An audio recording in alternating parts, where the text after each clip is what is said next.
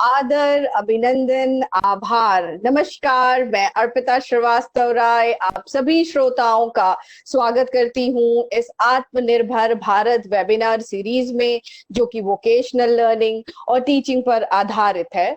इस वेबिनार का लक्ष्य वोकेशनल स्किल्स के माध्यम से ग्रामीण और अन्य नागरिकों को कौशल शिखर और उनको आत्मनिर्भर बनाना है। हम ज्यादा से ज्यादा लर्निंग पार्टनर्स, समाज सेवी संस्थाओं और वक्ताओं को जोड़ना चाहते हैं और उनकी मदद से भारत ग्रामीण क्षेत्रों को आत्मनिर्भर और सशक्त बनाना चाहते हैं। आज हमारे सेशन के लिए बहुत ही गौरवपूर्ण क्षण है और इससे पहले कि मैं सेशन की शुरुआत करूं, मैं बुलाना चाहूंगी और आप सभी को बताना चाहूंगी कौन कौन से हमारे डिग्निटरीज हैं। Allow me to introduce you to our dignitaries for this session, please. First, we have as a chief guest our Honorable Governor of Tripura, Shri Ramesh Bais ji. Then we have as a guest of honor Honorable Vice Chancellor Dr. Vinay Kumar Pathak. He is the Vice Chancellor from Dr. APJ Abdul Kalam Technical University, Lucknow, UP. After that, we have Ms. Samiksha Singh. She's the ex-principal, Bal Bharti School, Lucknow. We have with us Mr. Yash Bell from the Skill Ministry, Government of India. And then we have Mr. Pathak from Shri Ram Udyodik Orphanage. So we're going to start our memorable session. I would like to invite for the opening session Mr. Pradeep Singh, who is the convener of the Atmanirbhar Bharat. Welcome.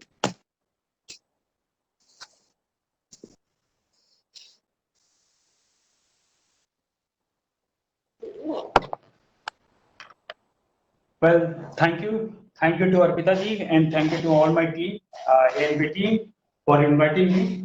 Session इस तरीके से रहेगा कि सबसे पहले ये बता दूं, क्योंकि हमारे गवर्नमेंट प्रोटोकॉल्स रहेंगे, हमारे गवर्नर आज जुड़ेंगे गवर्नर के माध्यम से और गवर्नर ऑफिस से मेरे को ये जानकारी मिली क्योंकि राज्यपाल जी जो हैं प्रेसिडेंट ऑफ इंडिया के साथ उनकी मीटिंग है, तो वो हमारे साथ 4:30 पे जुड़ेंगे।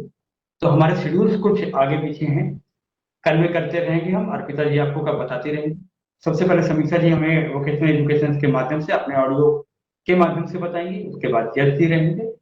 यश जी से पहले ही हमारे गवर्नर आ जाएंगे और गवर्नर जी हमारे पास 10 मिनट के लिए रहेंगे। 10 मिनट का समय उन्होंने दिया है हमें। इसके बाद यश जी कन्वे करेंगे। यश जी के बाद क्या बोलते हैं वीसी सर रहेंगे। वीसी सर हमें आशीर्वाद देंगे और इसके बाद क्या बोलते हैं सेशन आगे बढ़ेगा। इसके बाद हम पॉलिसी की डिस्कशंस पे जाएंगे। पॉलिसी डिस्कशंस की जो टीम है शुभम जी हमारे साथ जुड़ चुके हैं और जेएसएस के भी हमारे डायरेक्टर्स दोनों हैं, वो जुड़ेंगे। पॉलिसी की डिस्कशन के बाद एएनबी की टीम अपनी प्रेजेंटेशन करेगी और अंत में वाइस चांसलर सर विनय पाठक सर हमें आशीर्वाद देंगे और हमें आज की इस सीरीज को क्लोजिंग के लिए आगे का रोड मैप हम बताएंगे और इस सीरीज को क्लोजिंग चाहूंगा। सेशन की कार्रवाई आगे बढ़ जाए क्योंकि सेशन बहुत ही लंबा है। अर्पिता जी प्लीज आईटी टीम को बोलिए कि समीक्षा जी का ऑडियो रेडी करें। Thank you.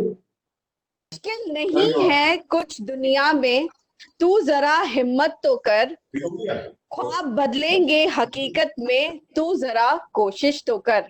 आइए इसी के साथ कार्यक्रम की प्रक्रिया को आगे बढ़ाते हैं और मैं आमंत्रित करना चाहूंगी हमारे अगले स्पीकर को, मिस्टर यश बैल, ministry of government of India, जो कि इनसाइट देंगे वोकेशनल एजुकेशन पे। नमस्ते।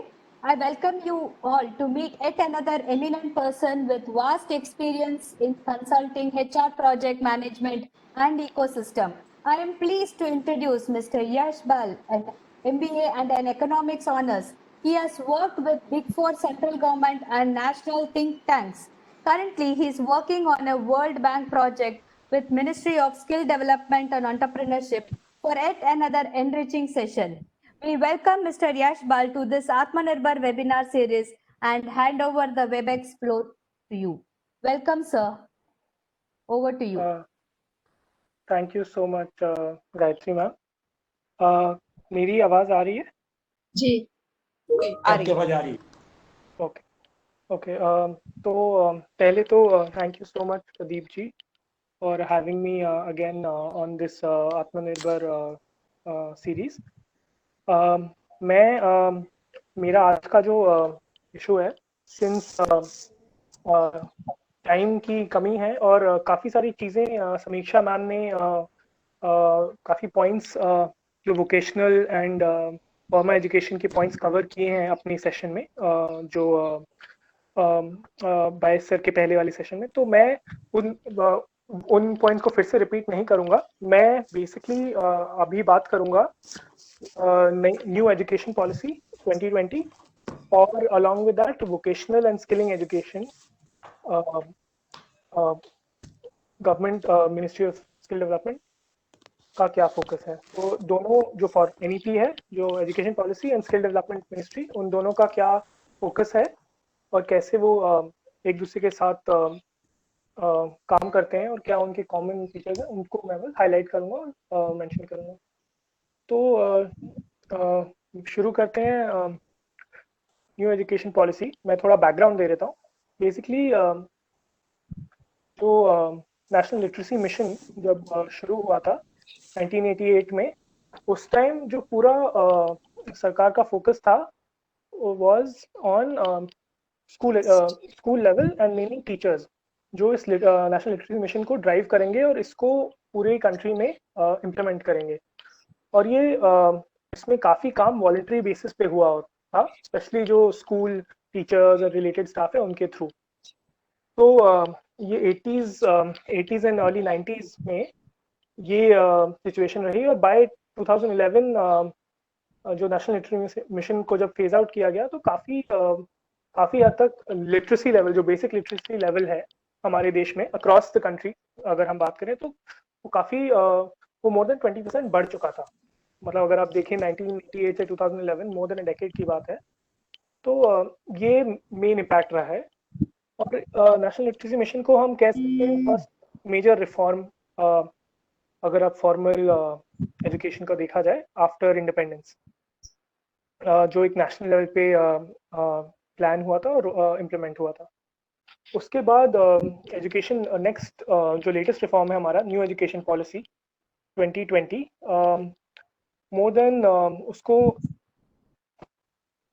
जैसे आप जानते हैं लास्ट पॉलिसी को मोर देन अ डेकेड हो गया है और काफ़ी टाइम से जब से एनडीए गवर्नमेंट के टाइम से इसकी बात हो रही है कि एजुकेशन रिफॉर्म और कैसे स्किलिंग को ज़्यादा इम्पोर्टेंस दी जाए। जैसे कि हमारे ऑनरेबल प्राइम मिनिस्टर ने भी बोला है 2014 में जब ministry of skill development form हुआ था और national skill development corporation NSDC को इस मिनिस्ट्री के अंडर लाया गया था, तब से स्किलिंग पे फोकस काफ़ी बढ़ा है। और जैसे आप लोग जानते हैं न्यू एजुकेशन पॉलिसी में भी काफ़ी चेंजेस आए हैं मेजर लेवल पे for the formal education. Formal education में मेनली स्कूल एजुकेशन में काफ़ी चेंजेस आए हैं, तो मैं उसके अंदर ज़्यादा नहीं जाऊंगा, बट यही कहूँगा कि जो 10+2 फॉर्मेट है अभी तक हमारे पास, वो अब चेंज हो गया है इनटू 5, 3, 3 एंड 4 ईयर फॉर्मेट।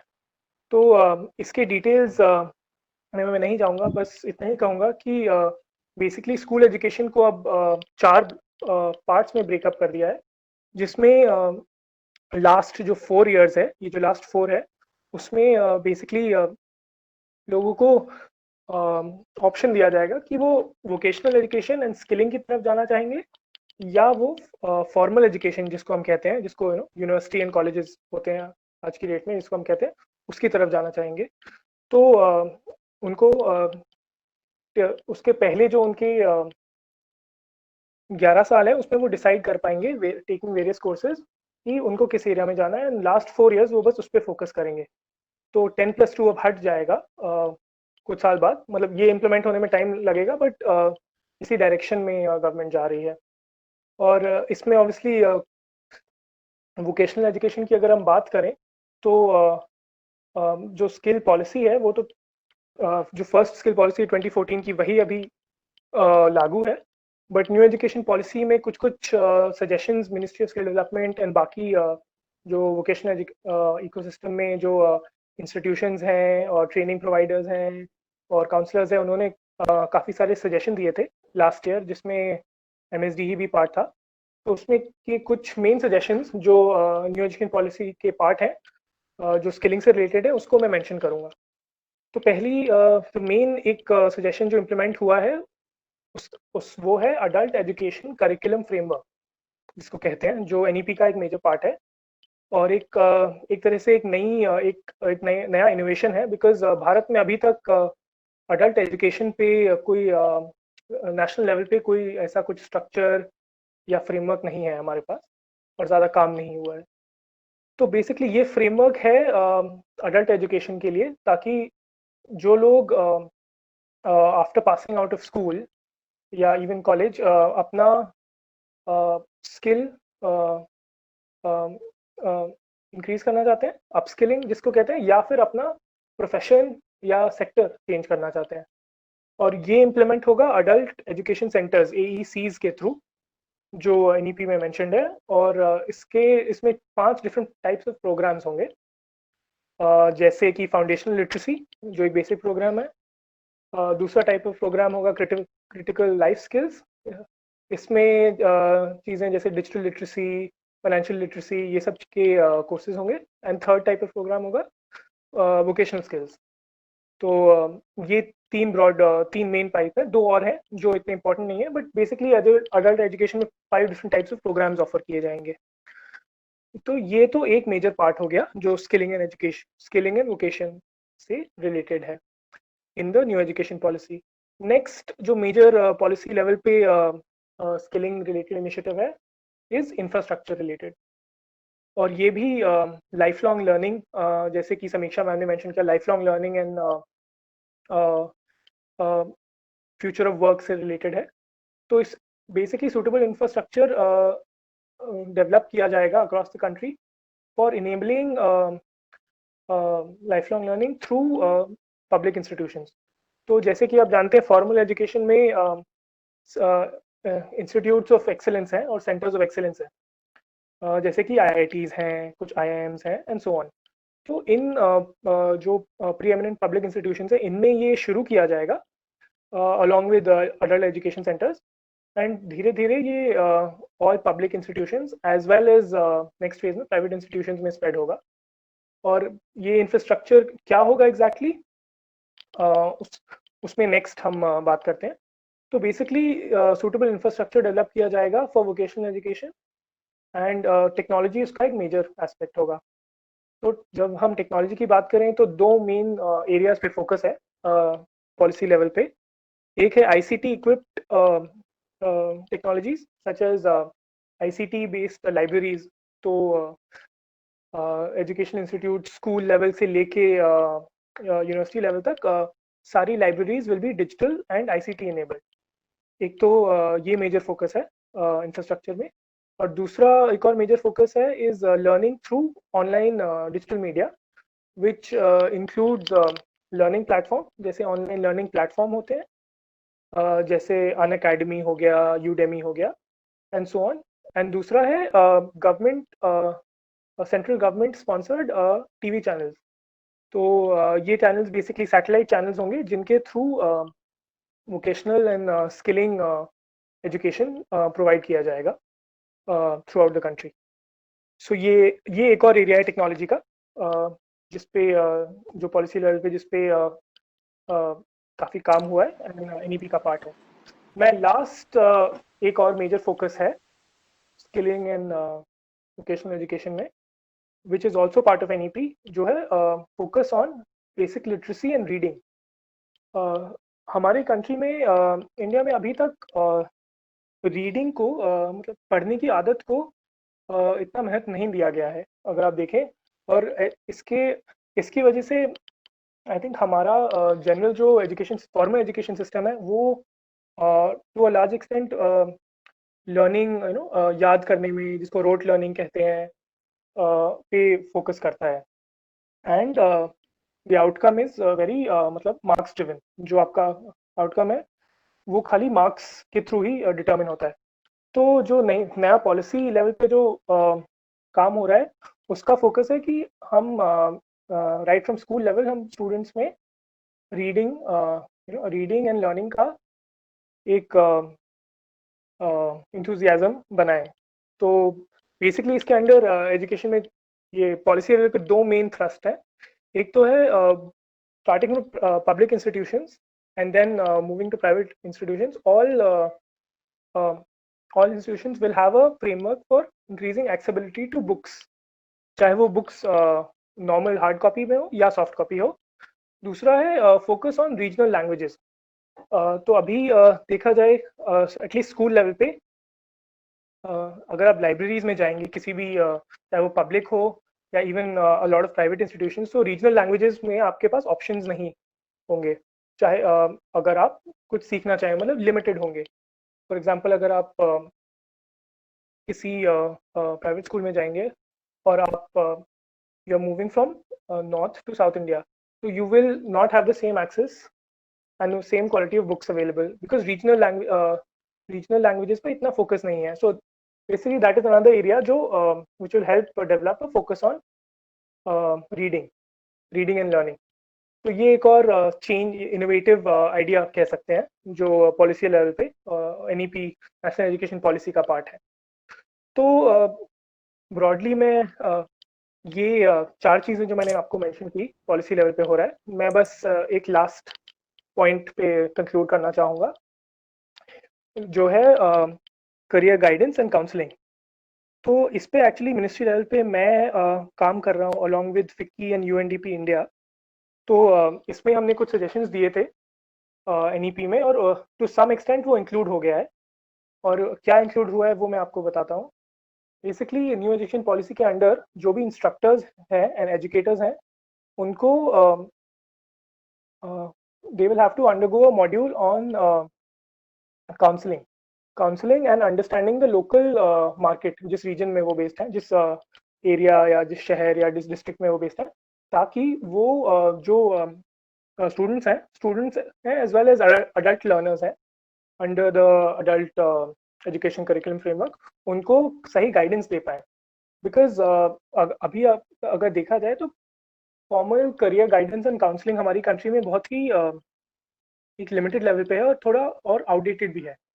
और as we move into the 21st century, career guidance एक should be like lifelong learning, because throughout जो आज की जनरेशन है, throughout their life they will need guidance on their careers and skills. तो उसके लिए एक national career guidance framework बहुत इंपॉर्टेंट है, जिसपे अभी काम चल रहा है जैसे मैंने कहा। तो बस ये इंक्लूड हो चुका है नेशनल एजुकेशन पॉलिसी पे टू सम एक्सटेंट, एंड धीरे धीरे इस पे और पॉलिसी लेवल पे काम होगा and it will be implemented. So ये शुरुआत है। एटलीस्ट ऑल इंस्ट्रक्टर्स को एक कॉमन अंडरस्टैंडिंग होगी of both counselling and local opportunities. So not just psychological part but also the practical part जिसको कह सकते हैं, जो जिसको यूजुअली आज की डेट में थ्रू प्राइवेट काउंसलर्स होता है और थ्रू जॉब प्रोवाइडर्स या जॉब प्लेटफॉर्म्स के थ्रू करवाते हैं। ये should be part of the formal and vocational education system. तो ये बस मैं मेंशन करना चाहता था। एंड इसी पॉइंट पे मैं आज का अपने पॉइंट्स खत्म करना चाहूँगा। Coming together is a big, keeping together is progress, and working towards it is a success. Teamwork is the ability to work towards a common vision, the ability to direct individual accomplishment towards organization objectives. It is the fuel that allows common people to attain uncommon results. Well, let me have the pleasure to introduce you to another speaker of the day. It's Mr. Pathak, who is from Shri Ram Udyogik Orphanage from Lucknow. Welcome, sir. नमस्कार सभी महानुभावों को। नमस्कार सभी महानुभावों को। मैं ओम प्रकाश पाठक, श्री राम औद्योगिक अनाथालय, sector आई, अलीगंज।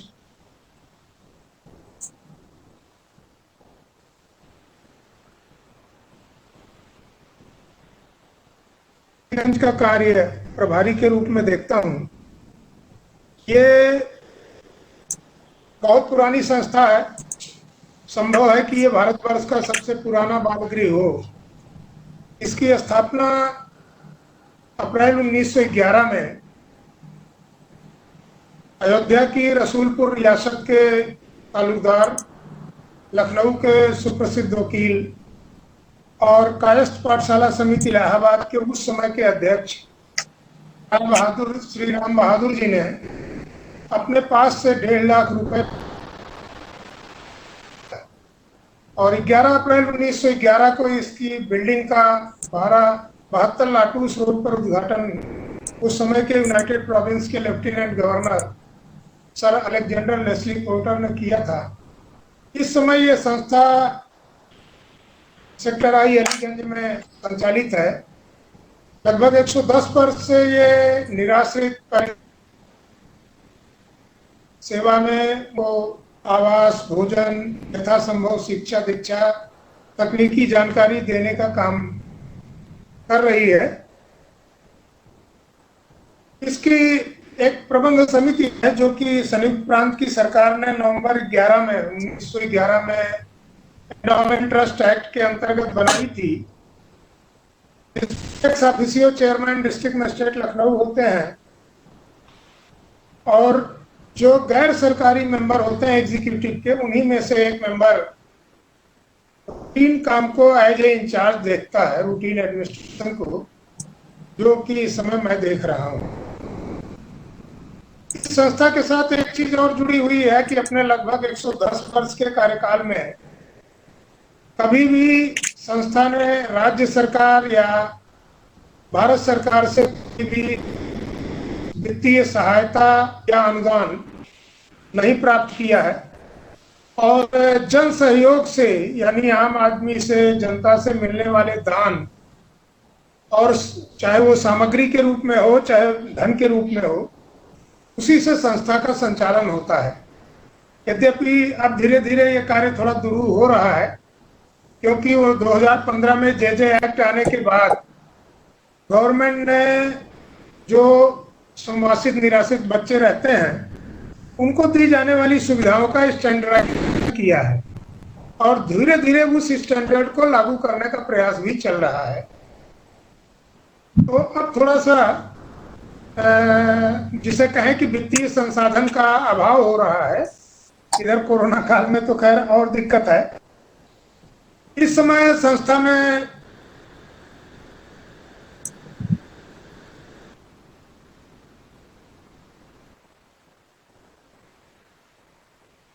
निवास कर रहे हैं, जिनको कि हम लोग हर संभव सुविधा, जिसमें कि एजुकेशन भी सम्मिलित है, वो देने का प्रयास कर रहे हैं। प्रदीप सिंह जी एडोर इंडिया की तरफ से लंबे समय से वहां से जुड़े थे। काफी दिन तक इन लोगों ने वहां के बच्चों को निःशुल्क शिक्षा देने का काम किया। आत्मनिर्भर भारत अभियान के अंतर्गत भी इन्होंने जिन गैर सरकारी संगठनों का पंजीकरण किया था अपने कार्यक्रम में, उनसे ये अनुरोध किया था कि वो अपना रजिस्ट्रेशन शुल्क श्री राम औद्योगिक अनाथालय के खाते में भेजें। उससे न केवल हमें काफी वित्तीय सहायता मिली, खास करके उस समय कोरोना काल में, जबकि बाहरी लोगों का संस्थाओं में प्रवेश प्रतिबंधित है और दान से प्राप्त होने वाली आय लगभग 80% कम हो गई है। उस अवधि में इन्होंने काफी वित्तीय सहयोग प्रदान किया संस्था को। ये लंबे समय से वहां से जुड़े हुए हैं और इनके इस अभियान से, इस प्रयास से, इस जो इन्होंने एक कि भाई हमारे अकाउंट में पैसा डाले लोग, उससे हमें काफी वित्तीय सहयोग और सहायता मिली है। मैं प्रदीप सिंह जी का, आत्मनिर्भर भारत अभियान का और आप सभी लोगों का आभारी हूं कि आप लोगों के सहयोग के कारण, आप लोगों के संबल और समर्थन के कारण जो निराश्रित, परित्यक्त या संरक्षण की आवश्यकता वाले बच्चे हैं, जो कि समाज का सबसे ज्यादा तिरस्कृत और नीडी वर्ग है, उसकी सहायता करने में, उनका भविष्य बनाने में हमें काफी सहयोग और संबल मिला है। बहुत बहुत धन्यवाद आप सबको, प्रदीप सिंह जी को धन्यवाद। सबसे पहले आभार व्यक्त करना चाहूंगी सर को, हमारे पूरे आत्मनिर्भर भारत के परिवार से। धन्यवाद सर अपना कीमती वक्त देने के लिए। अगर सच्चाई है आपके दिल में तो जरूर दो बात कर लूंगी, बढ़ा दो हौसला तालियों से, इस सेशन में ज्ञान की बरसात कर दूंगी। सेशन की कार्रवाई को आगे बढ़ाते हुए मैं आमंत्रित करना चाहूंगी गायत्री जी को, जो हमारे सब डिग्निटरीज को इनवाइट करेगी पैनल डिस्कशन के लिए। Over to you Gayatri ji. Thank you, Arpita ji. Now we are going to have an exciting panel discussion on policy making. We have two eminent personalities as panelists and able moderators. Let me introduce you first to the panelists. Mr. Shubham Kumar is an Indian by heart, a social entrepreneur by the mind, and a learner by temperament. He is the co-founder of Rashtraam School of Public Leadership and was part of the founding team of Vision India Foundation. He holds a BTech in Computer Science from IIT Delhi and MA in Public Administration. He has previously worked with multiple MNCs to develop tech products on education and health before switching to the social development space. He is the editor of annual compendium of governance models called Good Governance Compendium and has co-designed a simulation card game on politics called Manifesto. Next, we have Mr. Sushil K. Mishra, who is a teacher, writer, and an executive. Mr. Sushil is a postgraduate and an LLB and a B.Ed. Currently, he is working as director of Jan Shikshan Sansthan, Shahjahanpur, UP, under the sponsorship scheme of Ministry of Skill Development and Entrepreneurship, Government of India.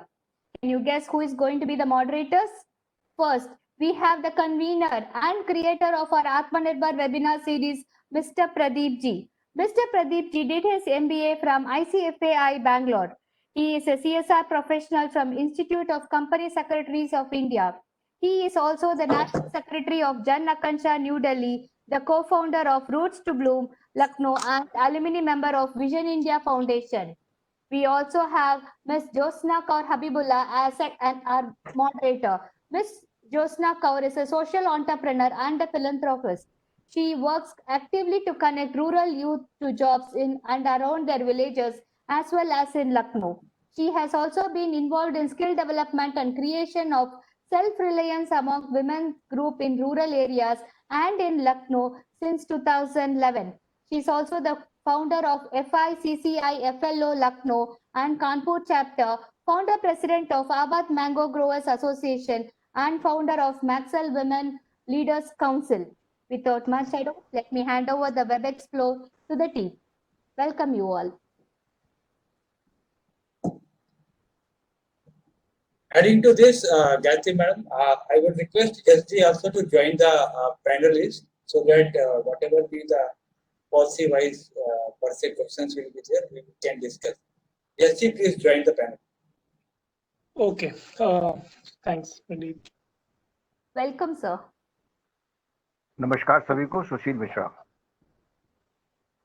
नमस्कार सुशील जी, और जन शिक्षा संस्थान से आपको यहाँ होने के लिए बहुत So from the Jan Shiksha Sansthan, would you like to briefly tell us about what sort of vocational training and what you feel about the educational policy, and then we could ask some specific questions about it? हाँ, मैं सभी लोगों का सादर अभिनंदन, नमस्कार, प्रणाम। मैं सुशील मिश्रा अपनी बात को जारी रखते हुए ये जानना चाहता हूं कि मेरी आवाज सभी तक सबसे पहले में पहुंच रही है? हाँ जी, शुक्रिया जी, पहुंच रही है। बहुत बहुत धन्यवाद। आत्मनिर्भर भारत से जुड़े हुए जब व्यावसायिक शिक्षा की जब हम बात करते हैं तो ये आत्मनिर्भर भारत और व्यावसायिक शिक्षा, ये दोनों चीजें एक दूसरे पर अन्योन्याश्रित हैं। जब तक हम व्यावसायिक शिक्षा के माध्यम से व्यावसायिक शिक्षा पर पूरी तरह से विचार नहीं करेंगे, तब तक आत्मनिर्भरता का लक्ष्य हम प्राप्त नहीं कर पाएंगे। क्योंकि हमारे देश की कुछ स्थितियां ऐसी रही हैं, तो इतिहास की एक बहुत लंबी थाती हमारे साथ है, जिसमें हमारी संस्कृति बहुत पुरानी है, और चीजें जब संस्कृति के साथ जुड़ के आती हैं तो वो उसे ग्रहण करने में हमें आसानी होती है। और जो चीजें हमें संस्कृति से परे होती हैं, हमारी कल्चर से, हमारी हेरिटेज से, तो उन्हें हम उतनी आसानी से एडॉप्ट नहीं कर पाते हैं। भारत के साथ एक ये पैराडॉक्स है कि हमें बात करनी पड़ती है आत्मनिर्भर भारत की, जबकि भारत अपनी सभ्यता संस्कृति के उद्गम काल से ही आत्मनिर्भर रहा। केवल एक फेज ऐसा आता है भारतीय इतिहास में, वो भी ब्रिटिश साम्राज्यवाद के प्रसार के साथ आया, जब से हमारी आत्मनिर्भरता समाप्त हुई। ब्रिटिश साम्राज्यवाद को समाप्त हुए या हमें आजादी प्राप्त हुए आज 70 वर्ष हो गए हैं, और उस लक्ष्य को पुनः प्राप्त करने के लिए जो हमारा लक्ष्य लगभग जो हमारी आर्थिक स्थिति 1716 तक थी, उस स्थिति को हम पुनः प्राप्त करना चाह रहे हैं। उसके लिए जो विजन बनाया गया है वो नई शिक्षा नीति जो अभी आई है उस शिक्षा नीति में है। और ऐसा नहीं है इस पर विचार नहीं किया गया था। जैसे महामहिम राज्यपाल जी ने कहा था कि एक समय तक हम अनाज के लिए भी आत्मनिर्भर नहीं थे। PL 480 धारा के तहत अमेरिका हमें लाल रंग का गेहूं दान देता था। श्री लाल बहादुर शास्त्री जी के एक नारे ने स्थितियों को बदला। हमारे देश में हरित क्रांति भी हुई, दुग्ध क्रांति भी हुई, और विकास के मार्ग पर चल पड़े। ये तो बातें प्रासंगिक हैं, लेकिन हमारे साथ सबसे बड़ी एक चीज जो जुड़ी रही कि शिक्षा नीति पर अगर हम विचार करें, थोड़े बैकग्राउंडर में जाएंगे तो मैकाले की शिक्षा नीति से हम विचार विमर्श करते हैं। मैकाले का उद्देश्य केवल 3 जगह पर था जो शिक्षा नीति आई थी कि पढ़िए, ग्रेजुएट बनिए और क्लर्क बनिए। पहला उद्देश्य था उसका। दूसरा उद्देश्य था अगर पढ़ गए और फेल हो गए, क्लर्क नहीं बन पाए तो श्रमिक बनिए। और तीसरा उद्देश्य उसका यह था कि अगर श्रमिक भी नहीं बन पाए और क्लर्क भी नहीं बन पाए तो पढ़िए और कंपनी की सेना में नौकरी करिए। चलती रही प्रक्रिया बहुत समय तक भारत में। फिर व्यवसायिक शिक्षा का जो बताया गया है, जैसे अभी इससे पहले भी इस पर बात हुई थी कि एक NLM राष्ट्रीय साक्षरता मिशन प्राधिकरण की स्थापना करी गई श्री राजीव गांधी जी के पीरियड में। तो उसमें प्रौढ़ शिक्षा के तहत ही CE एक एजुकेशन था, एक कार्यक्रम था, कंटिन्यू एजुकेशन। कंटिन्यू एजुकेशन में व्यवसायिक शिक्षा और शिक्षा दोनों को मिलाकर पढ़ाने की प्रावधान किया गया था। क्योंकि मैंने NLM में भी काम किया था। उसके बाद इस समय जो हमारी स्कीम थी वो अब मानव संसाधन विकास मंत्रालय के पास है, वो कौशल विकास और उद्यमता विकास मंत्रालय के पास है। अब इस स्थिति में नई एजुकेशन पॉलिसी के अगर स्टेप्स देखते हैं तो एकदम जो चीज हमारे गैप था या जो खालीपन था उसको भरने का प्रयास किया गया है भारत सरकार के सभी प्रयासों के माध्यम से। और ये निश्चित है कि हम यानी 11 तक का मॉडल जब पूरा करेंगे तो 1 साल पढ़ेंगे तो अगर सर्टिफिकेट मिलता है, उसके बाद डिप्लोमा है, उसके बाद डिग्री है, फिर आगे हायर एजुकेशन के लिए चला जाएगा बच्चा। तो ये एक सकारात्मक और आधुनिकता के अनुरूप कार्यक्रम बनाया गया है नई शिक्षा नीति में। लेकिन जो कुछ पैराडॉक्सेस हैं इसमें, जो विरोधाभास जो जुड़े हुए हैं, उन विरोधाभास को मैं स्पष्ट करना चाहूंगा यहाँ पर कि आज की डेट में जैसे मैं गाँवों में काम करता हूँ तो गाँव के मेरे एक सामान्य से अनुभव है। जब हम जाते हैं किसी आदमी के पास, चलिए आपको प्लम्बिंग का कोर्स सिखाते हैं या कोई अन्य हुनरमंद कार्यक्रम का सिखाते हैं, फीस भी नहीं लेंगे हम, आपको TLM भी देंगे, टीचिंग लर्निंग मटेरियल भी आपको उपलब्ध कराएंगे, आप आइए सीखिए। तो एक रुचि जागृत नहीं होती उसके अंदर कि चलिए हम सीखते हैं। और रुचि जागृत क्यों नहीं होती? उसका कारण हमारा सांस्कृतिक परिवेश है। तो हमें इस एजुकेशन सिस्टम के व्यवसायिक शिक्षा पर जोर देने के साथ साथ हमें एक सांस्कृतिक सुधार के आंदोलन की भी जरूरत है, जिसके तहत हम ये स्थापित करें कि व्यवसायिक शिक्षा सीखने के लिए या व्यवसाय को जो छोटा बड़ा करके बना दिया गया है इस देश में, हमारे देश में, जो एक समय था कि इस देश में जो व्यवसायिक व्यक्ति होता था या श्रेणियां होती थी, संघ होते थे, वो राजतंत्र में रत्नी की श्रेणी पाते थे। एक वो युग था कि रथ बनाने वाला या तैलिक श्रेणी या गोधूम श्रेणी, जो श्रेणियां होती थी, संघ होते थे, वो राज दरबार में स्थान पाते थे, मंत्री के बराबर में बैठते थे। आज स्थिति यह है कि हुनरमंद आदमी को सांस्कृतिक दृष्टिकोण से जो आदमी हुनर पर आता है या जो काम करता है, उसे वो सामाजिक सम्मान के दृष्टिकोण से देखने की कुछ कहीं ना कहीं एक कमी सी रह जाती है, जिसके कारण उसकी आत्मा कचोटती है और वो हुनर सीखने से विरत होता है। तो इस पर भी हमें आक्रमण करना पड़ेगा इस नई एजुकेशन पॉलिसी में और अपने सामाजिक सांस्कृतिक सुधारों के माध्यम से, जिससे हम उस मानसिकता को खत्म कर सकें। और तब हम उसको कहना चाहिए अंतर जो चल रहा है ना संगठित क्षेत्र और असंगठित क्षेत्र का, कि आज हुनरमंद जो है संगठित क्षेत्र के अनुरूप हम प्रोडक्शन नहीं दे पा रहे हैं। हालांकि 445 मिलियन की स्किल्ड लेबर की जरूरत है इस देश को, और सबसे ज्यादा संभावना भी इसी क्षेत्र में है। ग्रोथ रेट 1994 से 10% का आ रहा है प्रति वर्ष, 10% प्लस का ग्रोथ रेट है स्किल डेवलपमेंट में, हुनर सीखने में। लेकिन हुनर सीखने के बाद एक जो व्यक्ति जाना चाहता है संगठित क्षेत्र में निश्चित सैलरी पर, वो डेली वेजेस को नहीं, अपने खुद के हुनर पर विश्वास नहीं कर रहा है। तो इन सारी स्थितियों को समझते हुए हमें उन सारी चीजों पर विचार करना पड़ेगा। और शुक्रिया। क्योंकि वो काम जो सॉरी, आपको ये हम पूछना चाहते हैं कि क्योंकि आप यूपी में स्पेसिफिकली शाहजहांपुर में काम करो डायरेक्टली, तो यहाँ कैसे डिजिटल एजुकेशन को बढ़ाया जा रहा है? जी,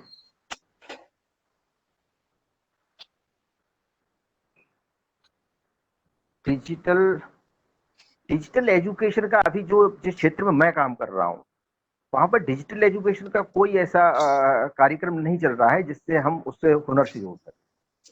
क्योंकि हम लोगों का जो काम है कि उच्च पॉलिटेक्निक है, कम्युनिटी पॉलिटेक्निक है, ITI है, और जो गांव के निरक्षर, नवसाक्षर और रूढ़िमेंट्री लेवल तक के जो बचे रह जाते हैं 14 से 40 वर्ष के लोग, उन लोगों को हमारा एजुकेशन स्ट्रीम लेती है, जैसे शाहजहांपुर। अब उस स्थिति में पोजीशन ये है कि डिजिटलाइजेशन तो अभी नहीं, वहां पर अभी मतलब मैं तो कहीं किरण भी नहीं देखता हूँ डिजिटल। हाँ, इतना शुरू हुआ है कि आज मोबाइल पे गूगल मीट होना शुरू हो गई है, वो भी कोरोना के कारण हुई है। अच्छा जी, बहुत शुक्रिया। और हम इसकी संभावनाएं तो हाँ, मिस्टर शुभम कुमार जी को, शुभम कुमार जी हमारे बीच आ गए हैं, पर उनको आमंत्रित करने से पहले हम यश जी को बोलेंगे कि प्लीज हमको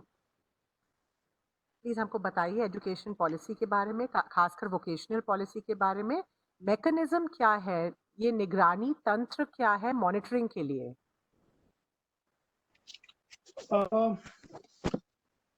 तो जैसे कि मैंने अभी थोड़ी देर पहले कहा था, एक न्यू एजुकेशन पॉलिसी का एक ब्रॉड लेवल ओवरव्यू दिया था मैंने। बट अगर आप मैकेनिज्म की बात करें तो अभी तक इंडिया में फॉर्मल एजुकेशन और वोकेशनल एजुकेशन में दोनों को मॉनिटरिंग के लिए अलग मैकेनिज्म्स हैं और अलग इंस्टीट्यूशंस हैं। तो अगर स्किलिंग एंड वोकेशनल एजुकेशन की बात करें तो मॉनिटरिंग मैकेनिज्म का जो इंस्टीट्यूट है वो है national council NCVET, national council of applied vocational education and training, जो इसी साल शुरू किया गया है। और इस इंस्टीट्यूट के अंडर बेसिकली दो जो पुराने इंस्टीट्यूट्स थे जो सर्टिफिकेशन एंड मॉनिटरिंग करते थे वोकेशनल एजुकेशन की, जो है NSDA एंड NCVT, ये दोनों मर्ज होके अब NCVET एक कॉमन बॉडी बन गया है। तो बेसिकली सर्टिफिकेशन से लेके मॉनिटरिंग का काम अब ये नई इंस्टीट्यूट NCVET के अंडर आ गया है, जो है of course skill ministry MSDE के अंडर। अब मैं शुभम को हैंड ओवर करना चाहूँगा ताकि वो कैरी फॉरवर्ड कर सकें डिस्कशन को।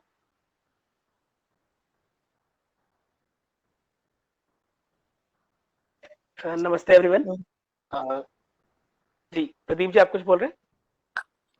मैं पूछना चाह रहा था कि जिस तरीके से न्यू एजुकेशन पॉलिसी आई है और हमारे वोकेशंस के सेक्टर्स में हम 19 कह सकते हैं 1970 से 1974 से हम पॉलिसी को रोल आउट कर रहे हैं और ITI के थ्रू हम लोग बहुत सारे वोकेशंस पूरे भारतवर्ष में चला रहे हैं। बट जो सेगमेंटेशन है और जो टारगेट लेवल है वो ना तो वो अचीव हो पा रहा है और ना उसी तरीके से हम एम्प्लॉयमेंट जनरेट कर पा रहे हैं। स्किल की तो हम बात कर रहे हैं लेकिन एम्प्लॉयमेंट जनरेट नहीं कर पा रहे। सवाल आपसे दो हैं कि इसको किस तरीके से हम अचीव कर सकते हैं और क्या न्यू एजुकेशन पॉलिसी उन चीजों में लेके आई है जिससे हम ये पा सकते, यहाँ तक पहुँच सकते, टारगेट्स को अचीव कर। जी जी। सवाल बहुत रेलेवेंट है प्रदीप जी। जिस दौर से हम गुजर रहे हैं इसको हम बोलते हैं, कई लोग ऐसा रेफर कर रहे हैं इसको, कि ये एक ग्रोथ हो रही है और जॉब क्रिएट नहीं हो रहे। तो जॉबलेस ग्रोथ ये टर्म कॉइन किया गया है इस पूरे पीरियड के लिए, जहाँ पे हम ग्रोथ की बात कर रहे हैं और हम बोल रहे हैं कि हम देश 6% 7% से ग्रो हो रहा है, लेकिन जॉब्स जनरेट नहीं हो रही, और जॉब्स इनफैक्ट कम हो रही हैं पिछले 5-6 साल में। जो नंबर ऑफ जॉब्स कम हो रही है, जो युवा हैं जो एम्प्लॉयमेंट लेने के लिए तत्पर हैं वो बढ़ रहे हैं, और इकोनॉमी ग्रो होती दिख रही है, तो लोगों को लग रहा है कुछ अच्छा तो हो रहा है। तो ये एक बहुत एंग्जाइटी का फेज होता है किसी युवा के लिए, जब उसको बताया जाए कि देश आगे बढ़ रहा है, देश तरक्की कर रहा है, विकास हो रहा है, उसको दिख रही है बगल में कंपनी बन रही है, बगल में फैक्ट्री खुल रही है घर के पास में, और उसको ये नहीं समझ आ रहा कि मैं इस फैक्ट्री में जॉब कैसे लूं। जब उसको हाथों मारता है तो वो डिग्रियां कलेक्ट करता है, वो बैचलर्स की डिग्री लेता है, मास्टर्स की डिग्री लेता है, वो कई तरह के डिप्लोमा करता है, कई तरह के सर्टिफिकेट बटोरता है, चाहे वो वेबिनार के सर्टिफिकेट हो, चाहे वो कॉन्फ्रेंस के सर्टिफिकेट हो, चाहे वो बगल में कोई छोटा सा इवेंट हो उसके लिए सर्टिफिकेट मांग लेने से। लेकिन इन सबसे जॉब नहीं मिल रही। न्यू एजुकेशन पॉलिसी में इसके लिए कुछ कदम लिए गए हैं और मैं उस पर आऊंगा, बट मेरे मन में जो इसका फंडामेंटल जो गैप है यहाँ पे प्रदीप जी, वो है जो डिमांड और सप्लाई का गैप है। मेरे शहर में, मैं अभी झारखंड के एक शहर में हूँ, ये मेरा होम टाउन है, और इस लॉकडाउन के दौरान जब मैं यहाँ के स्किल डेवलपमेंट सेंटर से विजिट किया, जब उनके लोगों से मेरा जो चला रहे हैं, तो स्किल डेवलपमेंट में आज भी हम 1990s या 2000s वाली चीजें ट्रेन कर रहे हैं। हमारी ट्रेनिंग हो रही है सिलाई में, हमारी ट्रेनिंग हो रही है लोगों को कि फैक्ट्री में मशीन कैसे चलानी है, जबकि जमाना उससे आगे बढ़ चुका है। अब हमारे पास ऑटोमेटिक मशीन है और हमें ऑटोमेटिक मशीनों में लोगों को ट्रेन करना होगा। क्वेश्चन ये आता है इसके लिए जिम्मेदार कौन है? ये जो गैप है, जिन चीजों में लोगों को ट्रेन कर रहे हैं और जो चीजें लोगों को चाहिए, उस गैप को फिल कैसे करें? मेरे मन में ये गलती प्राइवेट प्लेयर्स की है और हम जैसे लोगों की है। इसका एक अच्छा एग्जांपल हरियाणा से आता है। हरियाणा में एक स्कीम है सक्षम हरियाणा, जो स्किल डेवलपमेंट की स्कीम है। उस स्कीम में उन्होंने बोला कि हमारे राज्य में जो युवा हैं इनको हम ट्रेन करें, तो किस चीज के लिए ट्रेन करें, पहले इसको सर्वे करते हैं। उन्होंने सिंपल सर्वे किया कि क्या क्या जॉब्स हैं जो हमारे राज्य के युवाओं को मिल सकती है। तो उन्होंने अलग अलग एज ब्रैकेट में डिवाइड किया। ऐसे लोग जो इलिटरेट है, ऐसे लोग जो 12th के अंदर है और अब जॉब करना चाहते हैं या 12th से कम पढ़ाई करी है, ऐसे लोग जो ग्रेजुएशन कर रहे हैं और जॉब करना चाहते हैं साथ साथ, ऐसे लोग जो ग्रेजुएट हैं और अब जॉब करना चाहते हैं। उन्होंने डोमेन वाइज डिफाइन किया और कुछ 40 कैटेगरीज बनाई लोगों की, अलग अलग कैटेगरी में। उन्होंने हर कैटेगरी के लिए पूछा कि क्या जॉब है। एक बड़ी जॉब कैटेगरी जो निकल के आई, वो ये निकल के आई कि ये लोग डिलीवरी बॉयज बन सकते हैं। हरियाणा एक ऐसा राज्य है जहाँ बहुत सारे बड़े बड़े शहर हैं, उनके पास गुड़गांव भी है, उनके पास चंडीगढ़ भी है, और ऐसे बड़े बड़े शहर बहुत सारे हैं। उन्होंने कहा हम डिलीवरी बॉय के लिए हमें कोई स्किल देने की जरूरत नहीं है, एक्सेप्ट कि इनको एक सिंपल ऐप चलाने आना चाहिए, इनको बेसिक इंग्लिश आनी चाहिए, और इनका मैथ्स ठीक होना चाहिए जिससे ये जोड़ घटाव कर सके पैसे का, और ये इतने तंदुरुस्त कि दिन भर की थकान के बाद भी काम कर सके। इनको एफिशिएंसी का एक मेंटल मैप होना चाहिए कि मैं कितने प्रोडक्ट बेचूंगा, कितने जगह जाऊंगा और मेरे को कितने पैसे मिलेंगे। जब तक ये है, ये ठगे नहीं जाएंगे और इनका काम हो जाएगा। ये मॉडल इस बात पे बेस्ड है कि जिस तरह की डिमांड थी समाज में काम करने वालों की, उसको फुलफिल करने के लिए स्किल डेवलपमेंट इंडस्ट्रीज थी क्या, और फिर उन्होंने इस डिमांड को फुलफिल करने के लिए अपने स्किलिंग इंस्टीट्यूशंस को ट्रेन किया कि आप लोगों को इसमें ट्रेन कीजिए। सिमिलरली ड्राइवर्स की ट्रेनिंग, उबर ओला में ड्राइवर्स बन सकते हैं आप, अगर आपके पास रिसोर्स कम है तो, चाहे आप गाड़ी रेंट पे लेके ड्राइव कीजिए या अपने गाड़ी ड्राइव कीजिए। तो फर्स्ट जो मिसिंग गैप है प्रदीप जी, वो है ये रिकॉग्नाइज करने की कि समाज में जरूरत किस चीज की है। अगर जरूरत रिकॉग्नाइज हो जाएगी तो शायद हम फुलफिल भी कर लेंगे। तो बिफोर मूविंग ऑन टू से कि हमें लोगों को ट्रेन करने की जरूरत है डिजिटल में, हमें लोगों को ट्रेन करने की जरूरत है गाड़ियां चलाने में, मशीनें चलाने में, हमें लोगों को ट्रेन करने की जरूरत है ब्यूटिशियन का कोर्स कराने में, या होम साइंस का कोर्स कराने में, या कुकिंग कराने में, या सिलाई बुनाई कराने में, हमें जरूरत है आइडेंटिफाई करने की कि आगे जनरेशन में जॉब्स किस तरह की जनरेट होने वाली है। दूसरी जरूरत है हमें टाइम को रिकॉग्नाइज करने की, टाइम की वैल्यू को। जिस तरह के मॉडल में हमारी पिछली जनरेशन ग्रो हुई है, जनरेशन आज 40, 50, 60 साल की है, ये जनरेशन जब ग्रो हो रही थी तो उनके ग्रोथ के समय वो जो काम सीखते थे उसके रेलेवेंस उनकी लाइफ के लिए होती। आप अगर लॉयर बनते हैं तो आपके लॉज उन 40 सालों तक वैलिड होंगे। मैक्सिमम लोग सरकारी नौकरीज में थे, जो प्राइवेट में थे वो किसी दुकान में क्लर्क थे या किसी फैक्ट्री में एक मुलाजिम थे या किसी फैक्ट्री में वर्कर थे, उनकी वो स्किल 40 साल तक वैलिड होती थी। हमारी जनरेशन के लिए जो आज का युवा है उसके लिए वो 40 साल नहीं है, उसके लिए वो 5 या 6 साल है, जिसके बाद चीजें पूरी बदल जाएगी।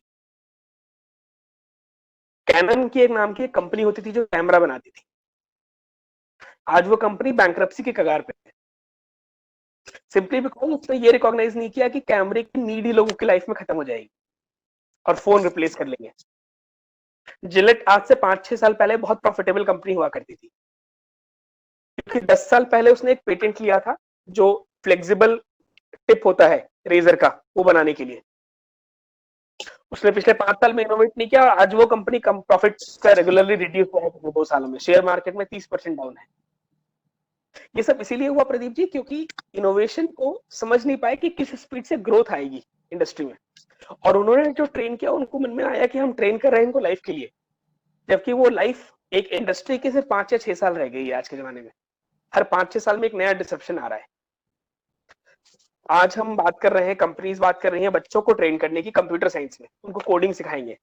व्हाइट हैट जूनियर 300 करोड़ में बिकी है कुछ दिनों पहले, जो 6 क्लास के बच्चे को कोडिंग सिखाते हैं। अगर आज का 6 क्लास का बच्चा कोडिंग सीख लेता है तो हम कल की डिजिटल लिटरेसी अगर आज के 30 साल के बंदे को कर रहे हैं तो क्या फायदा होगा उसको। अच्छा, मैं चाहूंगा एक लास्ट पॉइंट था प्रदीप जी। हाँ जी, मैं समय के गरिमा को समझ, बस एक लास्ट पॉइंट फिर आगे बढ़ सकते हैं। तीसरा पॉइंट था, हम उसको एक सेंट्रलाइज्ड लेवल पे देख रहे हैं।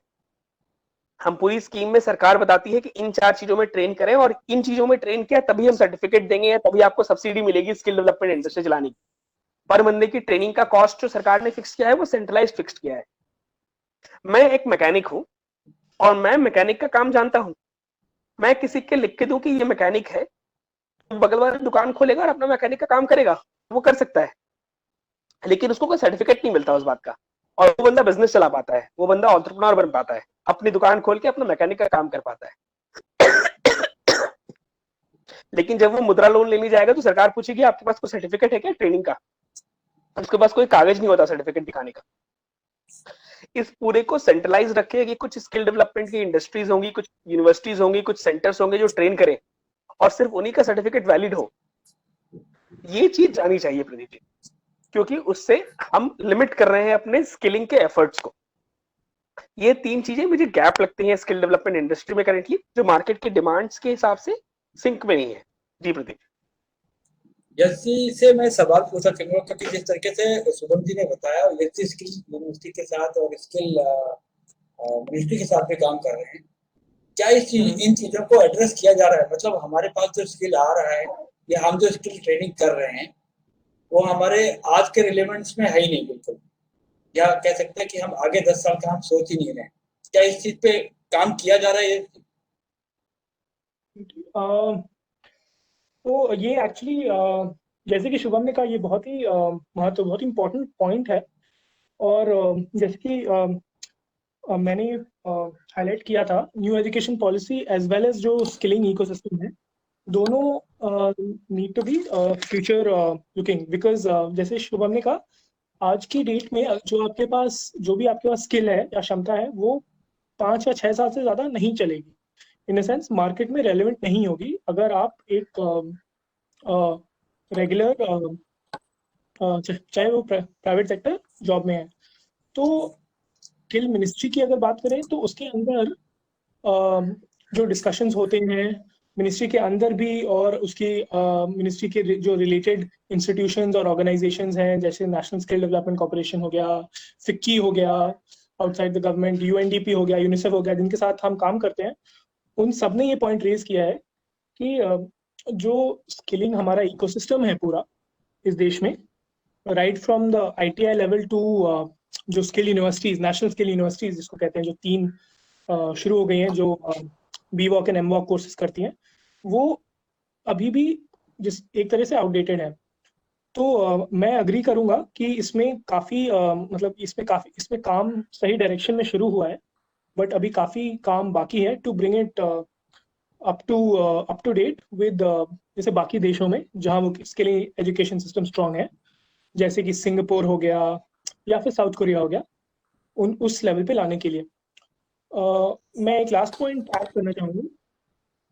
अगर ओवरऑल अगर भारत सरकार को देखा जाए तो स्किलिंग और वोकेशनल एजुकेशन को लेके हम उतना फॉरवर्ड लुकिंग और उस लेवल पे हम नहीं अभी सोच रहे हैं, और इतनी चर्चा और इतना प्लानिंग मैं कहूँगा नहीं हुई है जितना कि खाली फॉर्मल एजुकेशन पे हुई है, या फिर खाली अगर देखें एग्रीकल्चरल सेक्टर पे हुई है।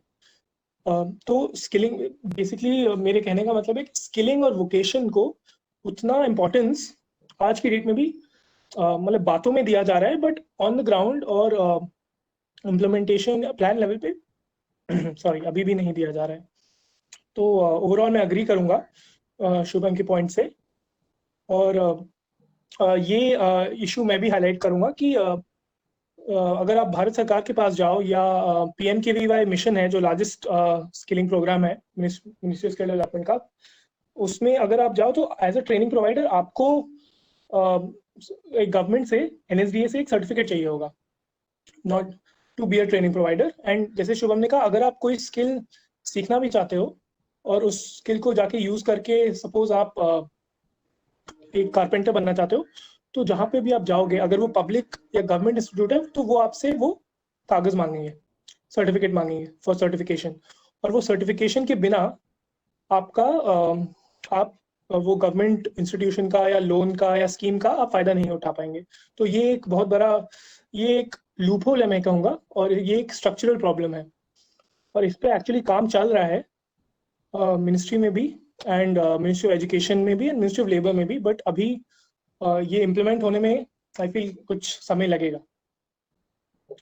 Thank you Yash ji. आपने जो एग्रीकल्चरल एजुकेशन और वोकेशनल के बारे में बात की, इसमें मेरा एक क्वेश्चन है कि खासकर एग्रीकल्चर में तो बढ़ावा हुआ है, मगर कृषि शिक्षा और उद्यमी बनने में इसमें बिजनेस और वोकेशंस इसके बारे में इसमें कोई स्टेट है जहां ये पायलट स्टेट में शुरू हो रहा है, या इसके बारे में अगर शुभम जी या याशा प्लीज बता सकते हैं। श्योर। तो करेंगे क्या, इस तरह के एग्जांपल की बात करें दैट जो एग्री बिजनेस या एग्रीकल्चर में स्पेसिफिक वोकेशनल ट्रेनिंग है, ये कहाँ पायलट शुरू हो रहा है?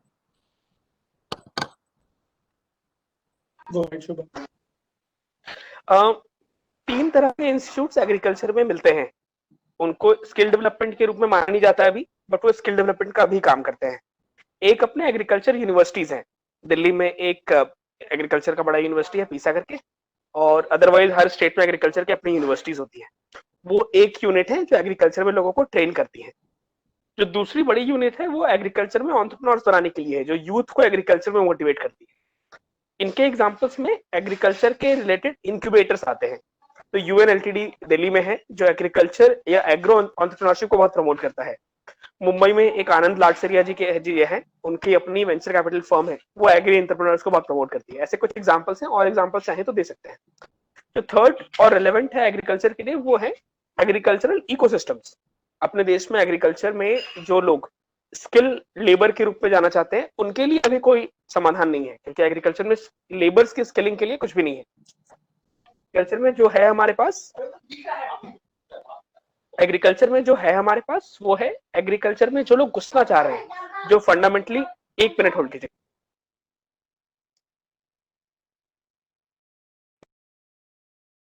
एग्रीकल्चर में जो है हमारे पास वो है एग्रीकल्चर में जो लोग इंटर करना चाह रहे हैं उनके लिए कुछ स्पेस हो, उनके लिए कुछ अपॉर्चुनिटीज हो कि वो समझ सके एग्रीकल्चर कैसे करना है। मुंबई में हैदराबाद में एक फर्म है अजिंक्य फार्म्स, वो एग्रीकल्चर में इंटर करने वाले लोगों को 6 मंथ्स की ट्रेनिंग देता है, उनका रहना खाना और प्लस एक मंथली स्टाइपेंड कि आप एग्रीकल्चर करने के लिए ट्रेन हो जाइए। ऐसे मुंबई में अपॉर्चुनिटीज है, मुंबई में पालघर नाम के एरिया में, दिल्ली में सोनीपत के पास से 3-4 फार्म्स है जो ट्रेनिंग करती है। एग्रीकल्चर ओवरऑल में ये 3 टाइप ऑफ इंस्टीट्यूशंस है जो एग्रीकल्चर में रह के ट्रेन कर सके। दूसरा, बोलिए शुभम जी, बोलिए। जसवंत जी, मैं आपको एक चीज और बताना चाहूंगा। 17 स्टेट यूनिवर्सिटीज हैं जो एग्रीकल्चर की स्टेट यूनिवर्सिटीज हैं, और इस तरीके से 3 और स्टेट सेंट्रल यूनिवर्सिटीज हैं जो एग्रीकल्चर पे, ठीक है। इकोसिस्टम के माध्यम से, जैसे शुभम जी बता रहे थे, छोटे छोटे इकोसिस्टम क्रिएट किए गए हैं हर स्टेट में। आजकल इस तरीके से एग्रीटेक को लेके हमने कोलैबोरेशन में, सबसे बड़ा आपको उदाहरण दूंगा हैदराबाद का, जो शुभम जी बता रहे हैं, वो बहुत ही अच्छा प्लान है, जिसमें कि क्या बोलते हैं, इंक्यूबेशन भी रहता है। एग्रीटेक के बारे में 6 से 9 महीने के अंदर अंतराल में सिखाया भी जा रहा है, स्टाइपेंड भी दिया जा रहा है। इसके बारे में आपको केवीएम से भी और अच्छे से पता चल जाएगा कि केवीएम वाले भी इसी के साथ में काम कर रहे हैं। किसान विकास मोर्चा वाले जो है वो हैदराबाद की जो स्किलिंग अथॉरिटी है उसके साथ काम करते हैं। और बाकी स्टेट बॉडीज की तो अपने यूनिवर्सिटी जो है, सेंट्रल यूनिवर्सिटी वो वही है। स्टेट बॉडीज तो कर रहे हैं, जैसे CISH जो हमारी लखनऊ की बॉडी है, ये इन्होंने भी एक इंक्यूबेटर शुरू किया है। पर स्पेसिफिकली जो पॉलिसी है, मैं वोकेशनल ट्रेनिंग पॉलिसी में जानना चाह रही थी कि फोकस क्या है एग्री बिजनेस और एग्री टेक में जो वोकेशंस हैं। ये मेरा स्पेसिफिक क्वेश्चन था। नहीं, पॉलिसी में फोकस अभी तक नहीं है। पॉलिसी में for that matter any specific domain wise skilling का फोकस नहीं है। इन्होंने जो पॉलिसी निकाली उसको ओपन इनफ रखा है कि हर डोमेन को, क्योंकि डोमेन्स इवॉल्व होते हैं। एग्री टेक अगर आज से 5 साल पहले बोला होता तो किसी को समझ में नहीं आया होता कि एग्री टेक क्या होता है। ये पिछले 5 साल का टर्म है। And domains evolve. किसी भी पॉलिसी डॉक्यूमेंट में what they cover is the type of knowledge that you are gaining. So agri tech is a knowledge based and skill based. So 3 तरह की ट्रेनिंग हो सकती है, knowledge, skills and temperament. Agri में skill बहुत high component रखता है, knowledge जो है वो उससे लोअर कंपोनेंट रखता है, बिकॉज वो land to land, geography to geography vary करता है। स्किल्स में ट्रेनिंग के लिए बात बहुत सारी करी गई है। डोमेन वाइज कोई पॉलिसी डॉक्यूमेंट एक डोमेन को हाईलाइट करे, ऐसा ना किसी दूसरे डोमेन के लिए, ना एग्रीकल्चर के लिए। चाहूंगा सुशील जी से एक प्रश्न पूछना। सुशील जी, जिस तरीके से यश जी बता रहे थे और शुभम जी ने भी चर्चा की, और इवन माननीय हमारे वाइस चांसलर ने भी चर्चा की कि हमारे यहाँ आज अब हम स्किलिंग की तरफ बढ़ रहे हैं, आर्टिफिशियल इंटेलिजेंस की तरफ बढ़ रहे हैं, कोडिंग की तरफ बढ़ रहे हैं, ई बाइक्स और ई ऑटोमोबाइल्स की तरफ बढ़ रहे हैं। क्या उत्तर प्रदेश राज्य सरकार के जो नेशनल स्किल क्वालिफिकेशन फ्रेमवर्क है, इसमें ये कितना पुराना है, और इसमें क्या इन सब चीजों का प्रावधान है? क्या ये जो कोर्सेज हैं या ये जो डिपार्टमेंट्स हैं, इनके बारे में बात की गई है? क्या बात पहुंच रही है? मैं Sushil Mishra. National skill qualification framework जो है ये इस समय काम कर रहा है, और अब स्थिति ये है इसकी कि कोई भी कार्यक्रम वोकेशनल एजुकेशन से संबंधित जो भी कार्यक्रम चलेगा, और जिसे NSTC या स्किल इंडिया के अंदर जो सर्टिफाई होगा, और उस सर्टिफिकेट के आधार पर ही लोन या सुविधा जो भी सरकार से लेनी है तो वो अवेलेबल होगी। उसी कार्यक्रम को कंप्लीट करने के बाद जो कार्यक्रम NSQF framework, national skill qualification framework के अंतर्गत किसी ने ट्रेनिंग ली है तो, और ये इस पर वर्क तो 2017 से एकदम इम्प्लीमेंट हो चुका है। तो क्या इसमें ये जो जैसे आर्टिफिशियल इंटेलिजेंस, कोडिंग या ई बाइक्स, ई ऑटोमोबाइल्स, क्या इन स्किल्स को उसमें इंटीग्रेट किया गया है? हाँ, ये है हर तरह की स्किल्स। इसमें टोटल 400-500 से ज्यादा सिलेबस है। तो जन शिक्षा संस्थान में क्या इनको इम्प्लीमेंट किया गया है? जन शिक्षण संस्थान में NSQF को ही इम्प्लीमेंट किया जा रहा है इस समय। तो जिस तरीके से आप, तो मेरा प्रश्न इसलिए मैं पूछ रहा हूँ क्योंकि आपने जब मैडम ने पूछा था कि IT लिटरेसी का क्या लेवल है उत्तर प्रदेश में, तो आपने जो जवाब दिया था उसी के अनुरोध में मैंने ये कुछ पूछा। नहीं, अगर NSQF की बात कर रहे हैं तो उसका NSQF का अपना एक लेवल है जो लेवल 4 से लेकर शुरू होता है, लेवल 10 तक जाता है। तो IT स्किल तो वहाँ पे है।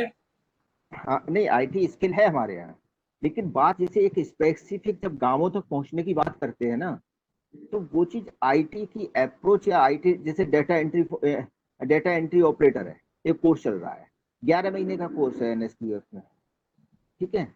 अब 11 महीने के कोर्स को एक इंफ्रास्ट्रक्चर के तहत गांव में चला रहे हैं, या वो शहर में चल रहा है जैसे PMKK है या प्रधानमंत्री कौशल विकास योजना के अंतर्गत है, या DDU GK में है, तो DDU GK में एक सेंटर बेस्ड है, अभी उसकी उस केंद्र की गांव तक अप्रोच नहीं है। जैसे हम हमारे कार्यक्रम देखें, या आप टेलरिंग का कार्यक्रम है, ब्यूटिशियन का कार्यक्रम है, ये हम डोर स्टेप पे ले जाके सिखा रहे हैं। लोग उनके गांव में जा रहे हैं, गांव में जाकर कार्यक्रम शुरू कर रहे हैं और सिखा रहे हैं।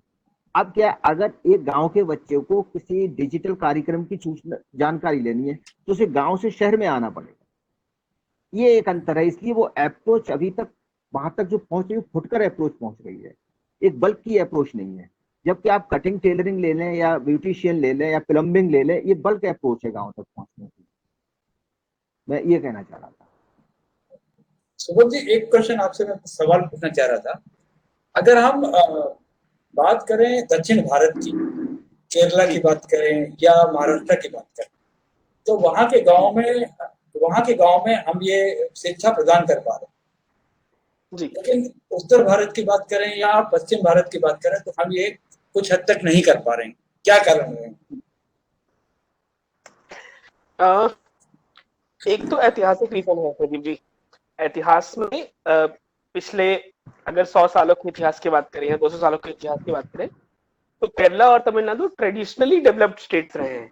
ऐसा नहीं है बहुत रीसेंट डेवलपमेंट है उसमें। वो दोनों स्टेट्स में ट्रेडिशनली एजुकेशन का लेवल ज्यादा रहा है। जनरली चूंकि कोस्टल एरियाज थे तो ट्रेड बहुत ज्यादा रहा है, तो जिन भी एरियाज में ट्रेड रहा है उन एरियाज में जनरली डेवलपमेंट ज्यादा रही है, बिकॉज लोगों को ट्रेड के कारण एक्टिविटी ज्यादा मिली है और डाइवर्सिटी ऑफ वर्क ज्यादा रहा है। तो इस कारण ये दो एरिया ट्रेडिशनली डेवलप्ड है। आजादी के बाद कुछ चीजें जनरल हुई जिस कारण ये दो स्टेट्स और ज्यादा डेवलप हो पाए।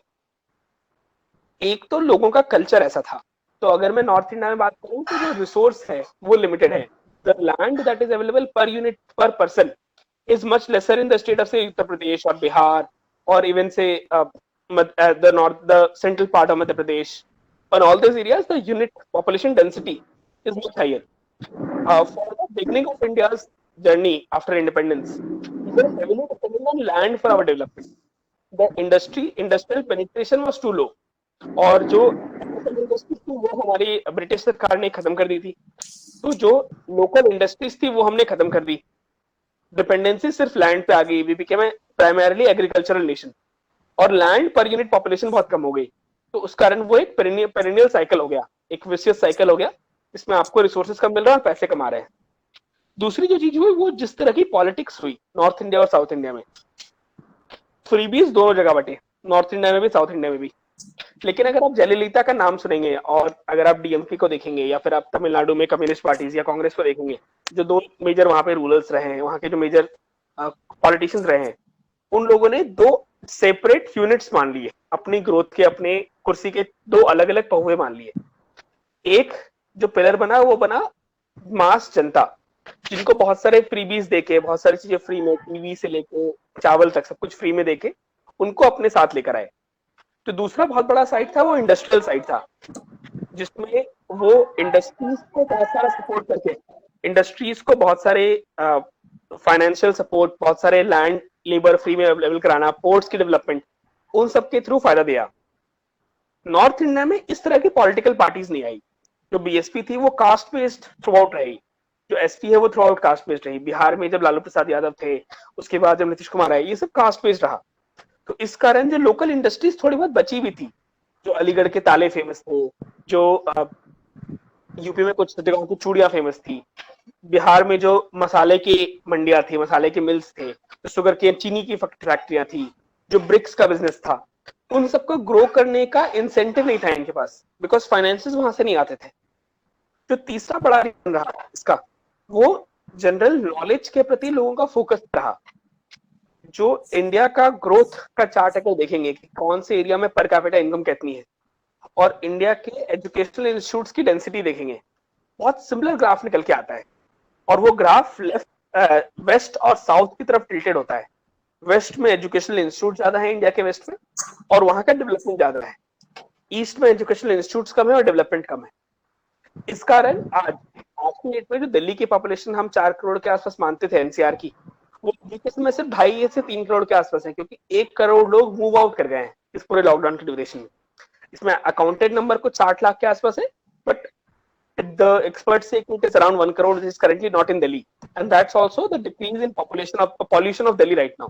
If you look at the pollution decrease, that is significant, similar to this 25% के आसपास. इतना अमाउंट अभी दिल्ली में नहीं है क्योंकि अभी लॉकडाउन के दौरान वो घर आ गया है और वो यूपी बिहार से लेके सेंट्रल इंडिया तक है. जो बेस्ट लोग थे उनको यहाँ पे political support, local industry entrepreneurial support, और हिस्टोरिकली उनको लगा कि वहां डेवलप्ड है तो वहां चलते हैं. इसमें जो फोर्थ रीजन है और मेरे लिए सबसे इंपॉर्टेंट जो है प्रदीप जी, वो ये है, एक कल्चरल प्राइड, एक ओनरशिप की प्राइड. मैं अगर किसी मराठी से मिलूं तो वो प्राउडली बोलता है कि मैं मराठा हूं. केरला वाला प्यार से बोलता है मैं केरलाइट और मैं मलयाली. एक बिहारी का मजाक उड़ता है when he says I am Bihari, या यूपी वाले का मजाक उड़ता है जब वो बोलता है कि अरे यूपी वाले भैया हैं. एक कल्चरल प्राइड जनरेट करने में हम मिस हो गए. इस पूरे के कारण हमें अपनी जगह से प्यार कम हो गया. तो जो बेस्ट टैलेंट था उसने बाहर निकलना जरूरी समझा. उसने सोचा कि मेरी आइडेंटिटी बदलनी है मुझे, rather than दिस आइडेंटिटी को डेवलप करने के लिए मुझे इस आइडेंटिटी को सपोर्ट करना है या बनाना है. ये 4 मेन रीजंस मेरे हिसाब से प्रदीप जी रहे, जिस कारण एक साउथ और waste India got much more develop, much more skilled, much more employed, and much better opportunities eventually progressed there. और ईस्ट इंडिया इस कारण पीछे रह गया. सुशील जी, आप कुछ कहना चाह रहे हैं इस मुद्दे पे, क्योंकि मैं देख रहा हूँ बार बार आप बताइए. नहीं, शुभम जी ने जो बातें रखी हैं वो बिल्कुल सही है. कहीं ना कहीं देखिए, कारण भाई जो मैंने स्टार्टिंग में जो बात कही थी ना, सांस्कृतिक कारणों में चीजें छुपी होती है, और भारत में तो वही चीजें वहां पर छुपी हुई चीजें उन्हें उभारना पड़ता है. बात भी सही है. जैसे लेकिन एक चीज है, जैसे केरल वगैरह को, केरल में जैसे एक ट्रेडिशनल इकोनॉमी वहां की डेवलप थी. पंजाब में देखेंगे तो पंजाब की संपन्नता कोई हुनर के कारण नहीं है. उनकी मतलब फॉरेन कंट्री से जो पैसा आता है और एग्रो बेस्ड ही रहे हैं. उत्तर भारत में सामंतवाद एक्चुअली समाप्त नहीं हुआ. तो मुख्य चीज जो शुभम जी जो कहना चाह रहे थे, सामंतवाद के समाप्त होने का परिणाम स्वरूप सोसाइटी रहेगी ट्रेडिशनल, और इनोवेशन अपना नहीं पाए.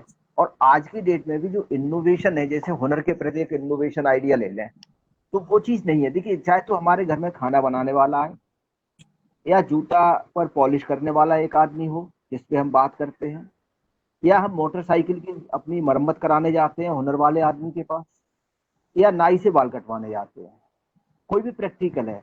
क्या हम सोसाइटी में, मतलब मैं बात निजी स्तर की नहीं है, सोसाइटी की बात है, सामाजिक संदर्भों में अगर आप ये देखें तो क्या उसके प्रति वो सम्मान के भाव से हम बात करते हैं जितने सम्मान के भाव से हम किसी दूसरे आर्थिक मतलब उपक्रम या आर्थिक गतिविधि केंद्र पर जाते हैं? नहीं करते.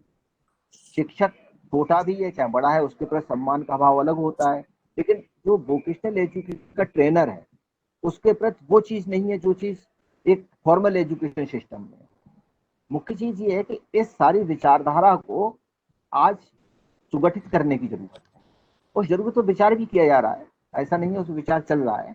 और जो नई एजुकेशन पॉलिसी है उसमें उसी गैप को भरने के लिए प्रयास किया गया. भविष्य की स्थितियां देखी जाएंगी, सुंदर है. भविष्य के प्रति हमें आशान्वित होना चाहिए.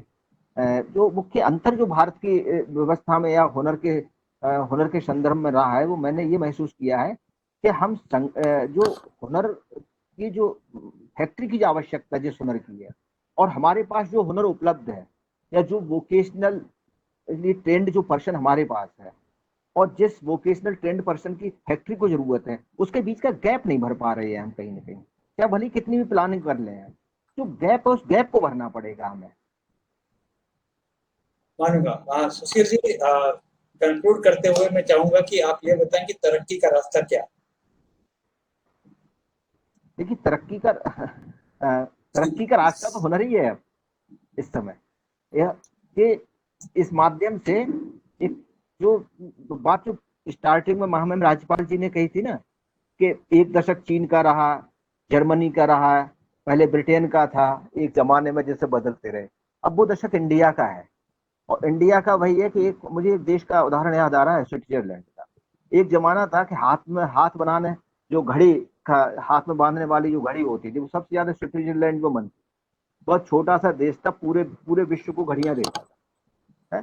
तो कहीं ना कहीं वही एक पद्धति तो वही है, कॉटेज इंडस्ट्री की और फिर से लौटना पड़ेगा, और हमें छोटे छोटे से एंसिलरी छोटे उद्योगों के माध्यम से ही आगे बढ़ना पड़ेगा. और वही है कि अगर हम एकदम विशाल आधार को लेके चलेंगे, कहीं ना कहीं हमें गांधीवाद को भी अपनाना पड़ेगा आर्थिक संदर्भों में, और भारत की पुरानी सांस्कृतिक परंपरा जो घरेलू हुनर की रही है उसको भी अपनाना पड़ेगा। दोनों का मिलाना पड़ेगा। चीन ने जो विकास किया, चीन ने भी विकास कहीं ना कहीं बहुत छोटे छोटे उद्योगों के माध्यम से किया। भारत के साथ ये चीज नहीं थी। ये चीज कहीं ना कहीं इसमें एक पुरानी राजनीति का विजन की कमी मान ले, चाहे जो भी हो, जैसा भी जो भी परिस्थितियां या परिस्थितियों की उपज रही हो, जिसमें इस चीज को ध्यान नहीं दिया गया कि एक मतलब बड़ी फैक्ट्री लगाने का तो प्रयास किया गया, छोटा घरेलू हुनर का जो घरेलू कॉटेज इंडस्ट्री थी उसके लिए ध्यान नहीं दिया गया। तो उसी को लौटना पड़ेगा। मुझे तो जो दिखाई दे रहा है कि उसी में भविष्य है, आगे भविष्य भारत का। ये सेम वैलिड पॉइंट है।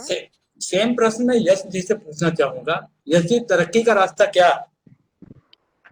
प्रदीप जी, मैं ओवरऑल यही कहना चाहूंगा कि जैसे कि इस डिस्कशन में हमें फिर से अपने लोकल जो इंडियन क्राफ्ट्स एंड स्किल्स हैं उनको उन पे फोकस करना होगा और उनको बढ़ावा देना होगा ताकि वो फिर से वायबल हो पाए। बिकॉज जैसे कि अभी बोला जा रहा था, जो हमारे लोकल स्किल्स हैं, जैसे शुभम ने कहा, जैसे ताले हो गए या मसाले हो गए, जो ग्राउंड लेवल पे या कोल्हापुरी असम टी हो गया, उन सबको इंडिया फुल्ली मार्केट नहीं कर पा रहा है। और तरक्की का रास्ता यही होगा कि दो नहीं, तीन मेन चीजें मैं कहूँगा। एक तो है हमारी जो लोकल कल्चरल हेरिटेज है, और जो कल्चरल स्किल सेट्स है उसको हमें बढ़ावा देना होगा, चाहे वो बीकानेर के नमकीन हो या चाय हो या कोई भी और ज्योग्राफिकल इंडिकेटर हो। एक तो ये हो गया। दूसरी चीज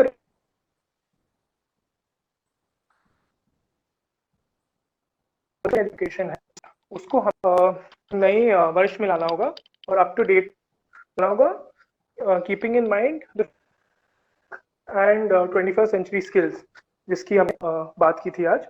और तीसरा पॉइंट है, तरक्की के लिए हमें अब जो प्राइवेट सेक्टर है वोकेशनल स्पेस में, उसको हमें और ज्यादा इंगेज, बिकॉज जैसा कि आप जानते हैं अभी जो स्किलिंग हो रहा है पूरे इस देश में, जो भी स्किलिंग कोर्सेज हैं या सर्टिफिकेशन है, वो मेजॉरिटी गवर्नमेंट फंडेड या गवर्नमेंट सपोर्टेड है। और प्राइवेट सेक्टर, जो प्राइवेट नॉन गवर्नमेंट स्पेस है, उसमें बहुत कम स्किलिंग से कुछ, फॉर एग्जांपल टाटा ट्रस्ट कर रहा है, देन महिंद्रा ने अपना इंस्टीट्यूट खोला है just for auto sector. But across the country आप देखा जाए, प्राइवेट सेक्टर का ओवरऑल पार्टिसिपेशन काफी लो है एज कम्पेयर टू से चाइना और इवन साउथ कोरिया। अगर हम कंपेयर करें उनके प्राइवेट सेक्टर, तो उसमें काफी काम हो सकता है। तो तरक्की के लिए ये बहुत जरूरी है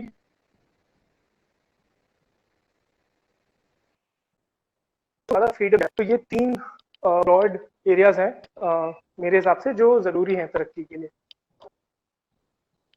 शुभम जी, आपसे पूछना चाहूंगा, पॉलिटिकल एक्सेप्टेंस और इकोनॉमिकल वायबिलिटी हमारे स्टेट के दौरान या स्टेट के द्वारा, उसके थ्रू हम कैसे ये चीज अचीव कर पाए?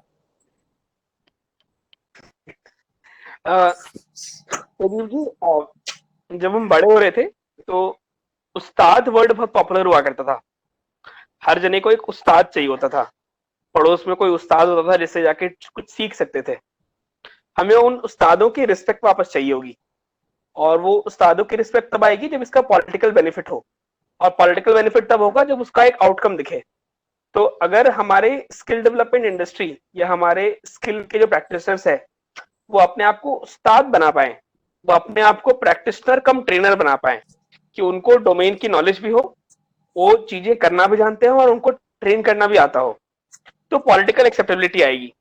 और वो इकोनॉमिक वायबिलिटी का रास्ता भी है। उससे जो हमारी इकोनॉमीज है, हमारे जो मॉडल्स है बिजनेस के, वो बेटर फंक्शन कर पाएंगे। जैसे मीडिया ऑर्गेनाइजेशंस अब जो आज तक है, इंडिया टुडे नेटवर्क है, टाइम्स ऑफ इंडिया, ये अपने एजुकेशनल इंस्टीट्यूट चला रहे हैं, और ये एक बैकवर्ड लिंकेज है। जैसे पतंजलि अपने ही फार्म्स चलाता है और उन्हीं फार्म्स के प्रोड्यूस को अपने प्रोडक्ट्स में यूज करता है, ये बैकवर्ड लिंकेज है। स्किल डेवलपमेंट इंडस्ट्री को भी वैसे ही डेवलप होगा, उसी से पॉलिटिकल एक्सेप्टेंस आएगी और उसी से इकोनॉमिक वायबिलिटी आएगी। ज्योत्सना जी, आपके कुछ सवाल? ज्योत्सना जी, आप पैनल से कुछ सवाल पूछना चाहेंगी? सब लोगों ने बहुत अच्छा रिकैप कर दिया है, और इसको अगर हम जल्दी से रिकैप कर दें तो एक, अगर हमको प्राइवेट सेक्टर, खासकर यश जी ने बोला है कि हम अपने लोकल और स्पेशलिस्ट स्किल्स को लाएं ताकि हम लोगों को एंगेज करें और वोकेशनल और स्किलिंग एजुकेशन को अप टू डेट करें ताकि फ्यूचर ऑफ वर्क और स्किल्स जो अभी हमें चाहिए इसको लाया जाए, और जो स्किलिंग है इसको फर्दर एंगेज करके स्किल्स अपग्रेड करें और प्राइवेट सेक्टर का बढ़ावा दिया जाए पैन इंडिया, और प्राइवेट सेक्टर को और फ्रीडम दिया जाए। और जो सुशील जी ने हुनर की बात की है कि हमको हुनर की ज़रूरत है, और जो हुनर उपलब्ध है और जिसकी ज़रूरत है इसमें जो गैप है ये बढ़ता जा रहा है, तो इस हुनर पे हमको फोकस करना है। कॉटेज इंडस्ट्री जो मेरे ख्याल से पूरे वर्ल्ड में जीडीपी का एक बहुत बड़ा कंपोनेंट होता है, इसको हमको बढ़ावा देना है। और शुभम जी, खासकर जो आपने उस्ताद और गुरु की बात की है ये बहुत ही अच्छी बात है, और इनको रिवाइव करना और कम्युनिटी को इन्वॉल्व करना स्किलिंग में, खासकर जो टीचर्स को प्रैक्टिशनर्स होना चाहिए। टीचर्स को सिर्फ नॉलेज नहीं होनी चाहिए, उनको करने का एक्सपीरियंस होना चाहिए, उनको फिर ट्रेनर्स और ये वे टू इकोनॉमिक वायबिलिटी। तो आपने बहुत ही अच्छा पॉइंट दिया है, थैंक यू वेरी मच। हमारे सारे पैनलिस्ट ने हमको एक आगे का रास्ता दिखाया है, और आई थिंक कम्युनिटी इन्वॉल्वमेंट से ही हम लोग सब आगे बढ़ सकते हैं। प्रदीप जी ने सब लोगों को इस प्लेटफॉर्म को जोड़ के हम सबको इतना ज़्यादा सिखाया है कि हम सब लोग हमारा भी हुनर इससे बहुत बढ़ा है। तो thank you all so much. सब लोग को बताना चाहूंगा, हम जब कभी भी किसी के चीजों के बारे में सोचते हैं या किसी चीज को आगे प्लेटफॉर्म पे लेके भविष्य के लिए लोगों के लिए बनाते हैं, तो पॉलिसी पैराडॉक्स की जो चीजें हैं, जो पॉलिटिकल पैराडॉक्स की जो चीजें हैं, जो सोशल पैराडॉक्स की चीजें हैं, जो कल्चरल प्राइड की जो चीजें हैं, ये चीजें विजन इंडिया फाउंडेशन ही सिखा सकता है। पॉलिसी के ऊपर थोड़ा प्रोसेस करना है, बाकी तो सब लोग अपने अपने कार्य क्षेत्र में काम करते ही, मिनिस्ट्रीज के साथ से काम करते हैं, हम खुद भी कर रहे हैं, सर शुभम जी भी कर रहे हैं। सुशील कुमार मिश्रा जी का जो कह सकते हैं लेंथ ऑफ एक्सपीरियंस है, जो उनका बोलने का अंदाज है, और जो जिस तरीके से वो ऑन ग्राउंड काम कर रहे हैं, उसी से हम लोग को पता लग जाता है कि हम कहाँ किस तरीके से अपनी कमियों को, अपनी कमजोरियों को दूर कर सकते हैं और एक स्वस्थ भारत और आत्मनिर्भर भारत की तरफ बढ़ सकते हैं। यस जी thank you, Shubham ji thank you, and yes Sushil Kumar Mishra ji thanks for being here. Thank you Shubham ji. It was pleasure for this. Now I request Gayatri madam to move our session for further things. Thank you.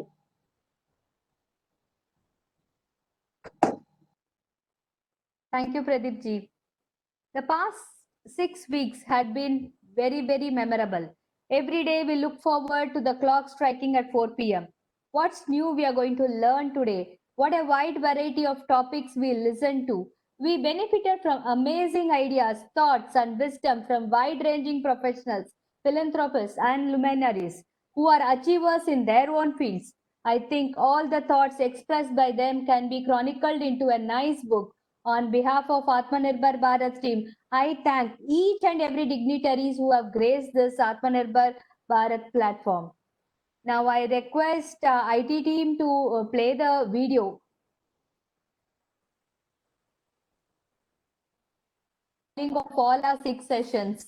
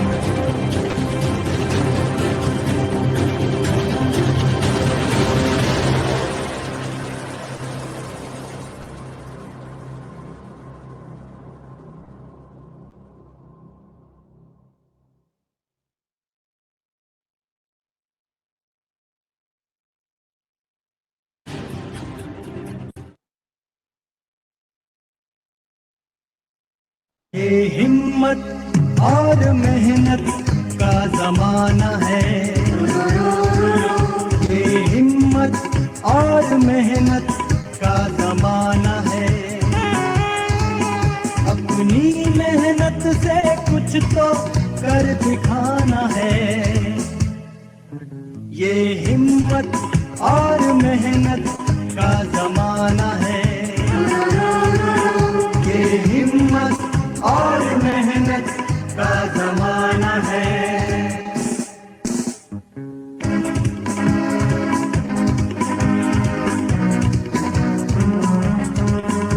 हाथों से हाथ मिल जाए, हो प्यार जहां, हो प्यार जहां, और सपना हो जाए साकार वहां। हाथों से हाथ मिल जाए, हो प्यार जहां, हो प्यार जहां, और सपना हो जाए साकार वहां। Commendable presentation from IT team. It has captured the right moments and moods of the speakers. Hats off to the IT team and over to Arpita ji. Thank you Gayatri ji. आदत हो गई है जिंदगी, जरा गौर फरमाइएगा, आदत हो गई है जिंदगी आत्मनिर्भर वेबिनार की तेरी, अब मोहब्बत ना कर बिगड़ जाएगी आदत मेरी। दूसरों को सहयोग देना ही उन्हें अपना सहयोगी बनाना है। कुछ लोग बिना रिश्ते के रिश्ते निभाते हैं, जिंदगी में शायद वो लोग दोस्त ही कहलाते हैं। और ऐसी ही दोस्ती का रिश्ता है हमारा अपने सब hosting partners, learning partners, media partners और प्रिंट पार्टनर्स के साथ। तो मैं आज उन सब का शुक्रिया अदा करना चाहती हूँ और आइए हम सब धन्यवाद करें उनके प्यार और स्नेह के लिए। सबसे पहले शुरुआत करना चाहूंगी हमारे होस्टिंग पार्टनर्स से। So, hosting partners, first I would like to start with U2B Lucknow, Mr. Pradeep Singh from Lucknow. Prakramika Vocational Institute, Muscat Oman, Mrs. Gayatri Narsimhan. Awadh Mango Brewers Association, Lucknow, Mrs. Josna Kaur Habibullah. Prithvi Innovations, Lucknow, Mrs. Anuradha Gupta. Mindcube Multi-Services Private Limited, Arpita Rai from Mumbai. Sad Digital Innovations, Ms. Aarti and Som Mishra ji from Lucknow. Well, my heartfelt thanks to our media and print partners, to special thanks to the Bookmark Agency and the Social Samvad, and the print partners, Prakramika Vocational Institute and Print World. Last, would also like to thank our vocational partners. Again, Prakramika Vocational Institute, Muscat Oman, NABARD Lucknow, Miraki Social Media Marketing Lucknow, Kisan Sathi Bangalore, JLR Eye Hospital Kanpur, Central Institute for Subtropical Horticulture, Adore India Kolkata, Crisp Bhopal, Visionary Bangalore, Mother Dairy New Delhi, Prithvi Innovations Lucknow, Esquire Group Haryana, Ahan Foundation Jaipur, Aseem Shakti Projects, Hasna Foundation, Lot of Laughter Yoga Foundation, Society for Audiovisual Communication, India Meditation Week 2020, and Jan Shiksha Sansthan. Last and not the least, thanking all of you for your love and support for making me the brand ambassador of the Atmanirbhar Bharat. And this is, I have to say once again, thanks, my personal thanks to all of you. And would like to hand over for the closing session to Mr. Pradeep ji. Thank you. Thank you. Thank you to Arpita ji, and thank you to all my, of course, dear friends. First of all, I would like to invite Rajnikant, because he needs to say something to us. Rajnikant, please go ahead. अच्छा लग रहा है आपसे मिलकर, 40 दिन का यात्रा कराने के लिए। तो बहुत बहुत मैं चाहूँगा, कल 5 सितंबर भारत मनाएगा अपना शिक्षक दिवस। डॉक्टर श्री सर्वपल्ली राधाकृष्णन जी का जन्म दिवस मनाते हैं हम जैसे हम सभी जानते हैं कि 5 सितंबर को उनका जन्म दिवस शिक्षक दिवस के रूप में पूरे भारत में मनाया जाता है। गुरु शब्द बहुत ही पवित्र नाम है। इस शब्द को दिल में आने पर ही कुछ कहने को नहीं रहता, बस मन में आदर आता है, सिर झुक जाता है और हाथ नमस्कार को उठ जाते हैं। मेरे लिए आत्मनिर्भर वेबिनार श्रृंखला के सभी साथी, पार्टनर, सभी लर्निंग पार्टनर, मेरे लिए जिस जगह मैं हूँ, मेरे लिए सभी गुरु के रूप में ही हैं।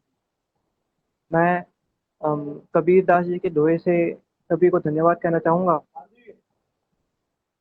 गुरु कुम्हार शिष्य कुंभ है, घड़ी घड़ी काढ़े खोड़, अंतर हाथ सहार दे, बाहर खाए चोट। गुरु एक कुम्हार के रूप में है जो कुंभ यानी घड़े रूपी शिष्य को बनाते हुए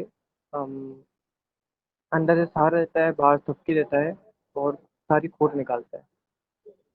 ऐसी तरह से गुरु आप सभी ने सब शिक्षा के रूप में ये आत्मनिर्भर वेबिनार श्रृंखला शुरू की। इसके लिए सभी को धन्यवाद देना चाहूँगा और सभी का आभार व्यक्त करना चाहूँगा। श्री पाठक जी और रमेश बेस जी जो आज हमारे यहाँ पे श्रृंखला में मौजूद थे, उनका भी बहुत बहुत आभार और दिल से धन्यवाद।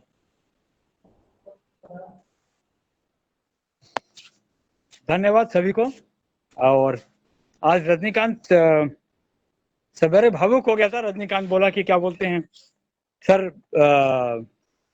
आत्मनिर्भर खत्म हो जाएगा, 6 हफ्ते से हम लगे हुए थे, काम कर रहे थे, बड़ा अच्छा लग रहा था।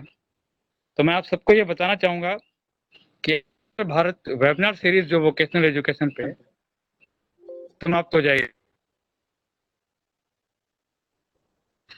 IT टीम को प्लीज ट्रेस करें हमारे आने वाले कुछ कार्य जो हम करने जा रहे हैं। सर्वप्रथम हम कंटेंट राइटिंग का 4 महीने का कोर्स स्टार्ट करने जा रहे हैं, जिसको हमने लॉन्च भी कर दिया है और बाकी सारे डिटेल्स, एडमिशन डिटेल्स और किस तरीके से इस कार्य को किया जा सकता है आप सबको सूचित कर दिया जाएगा। इसी के साथ दूसरी चीज, पैन इंडिया नहीं, मैं कहूँगा कि पूरे भारतवर्ष और विश्व के साथ में हम एक सर्वे करने जा रहे हैं, जिसकी कि क्या बोलते हैं एडवाइजर हमारी रश्मि मैडम रहेंगी, IAS रश्मि, जो हमारी तीसरे सीरीज में हमारी मेंटर के तौर पर आई थी। उन्होंने अप्रूवल दे दी है और हम पूरे संपूर्ण भारत में और विश्व में एजुकेशन के ऊपर कोविड को लेके। इसी के साथ मिराकी जो हमारे सेशन में आ चुके हैं, उनके हेड ने बताया है कि सोशल मीडिया मार्केटिंग के लिए उनके यहाँ इंटर्न की पोजीशन है और विशनरी के साथ में हमने कोलैबोरेशन करके कुछ इंटर्न्स को वहाँ पे हम ट्रेनिंग करवाएंगे और मिराकी में उनको हम ऑन पेमेंट स्टाइपेंड पे जॉब करवाएंगे। सो ये 3 कार्य इस सीरीज के साथ में हम शुरू कर रहे हैं। मैं चाहूँगा कि यही नहीं, कुछ एक कार्य ऐसे भी हैं जैसे फार्मर प्रोटेक्शन ऑर्गेनाइजेशन जो हम किसान साथी के साथ विभिन्न राज्यों के साथ में शुरू करेंगे। वो पाइपलाइन में है, डिस्कशंस चल रही हैं। रेस्ट आपको जानकारी दे दी गई है। तो आत्मनिर्भर वेबिनार सीरीज जो है वो खत्म नहीं हो रहा है, सीरीज खत्म हो रही है, हमारी आत्मनिर्भरता के लिए जो प्रयास है वो खत्म नहीं कर रहे हैं। दूसरी चीज, 17 सितंबर को एम्बेसडर रोमानिया से जो हैं वो गेस्ट, जो वहाँ के जो एम्बेसडर हैं, वो हम सब लोग को मतलब मैंने उनको रिक्वेस्ट की थी कि सर 15 अगस्त या 16 अगस्त को हमारे जितने कार्यकर्ता हैं और हमारी जो टीम है, इनकी हौसला अफजाई के लिए ज़रा एक घंटे का सेशन कर दें। तो उन्होंने रिक्वेस्ट एक्सेप्ट तो की, लेकिन कुछ कारणवश 14-15 तारीख को या 16 तारीख को नहीं हो पाया। 17 सितंबर को डेट डिसाइड की है, आप लोग को कन्वे कर दिया जाएगा किस माध्यम से हम जुड़ेंगे और कैसे जुड़ेंगे, सो डैट हम एम्बेसडर रोमानिया से जुड़ सकें। इसी के साथ सभी लर्निंग पार्टनर, सभी वोकेशनल पार्टनर्स, सारे स्पीकर्स और सारे रिसोर्स पर्सन का मैं धन्यवाद देना चाहूँगा कि इस 6 हफ्ते की जो हमारी कावियात थी गांव तक पहुंचने की और NGOs को सिखाने की, NGOs से सीखने की, चाहूँगा कि अर्पिता जी सेशन की क्लोजिंग करें। धन्यवाद to all. Okay. It's been an amazing journey, and that's how I wish, as rightly said by Pradeep ji, it's not the end, it's just the end of the series. And in the end, I would like to say, as we being the change makers, be the change you want to see in the world. And the time is now. And that's the difference we all are going to make it. See ya. See you in the next session. Thank you.